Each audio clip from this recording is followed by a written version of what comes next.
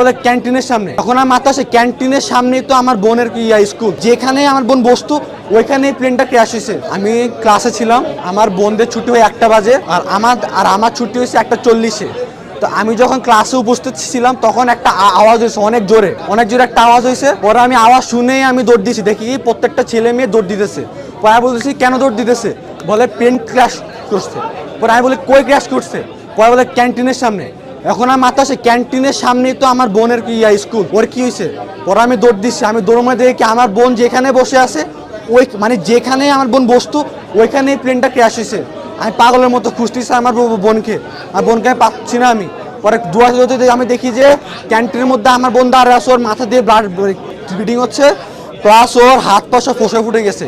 Plus আমি যখন যাই তখন দেখি যে অনেকগুলো বাচ্চা 2 ভাগ হয়ে আছে, অনেকগুলো বাচ্চা ছোট ছোট বাচ্চা 2 ভাগ হয়ে আছে, গেটের সামনে 2 ভাগ হয়ে পড়ে আছে, অনেক গার্জিয়ান 2 ভাগ হয়ে আছে। কেউ নর্মালি মারা যায় নাই, প্রত্যেকটা সিভিয়ার খুবই খারাপ অবস্থা হবে, প্রত্যেকটা বাচ্চা প্রত্যেকটা গার্ডিয়ান এভাবে মারা গেছে। তখন আমি আমার কি যে বোনকে নিয়ে আমি লুবানাতে যাই, তখন তারা স্যালাইন দেয়। তারপর স্যালাইন দেওয়ার পরে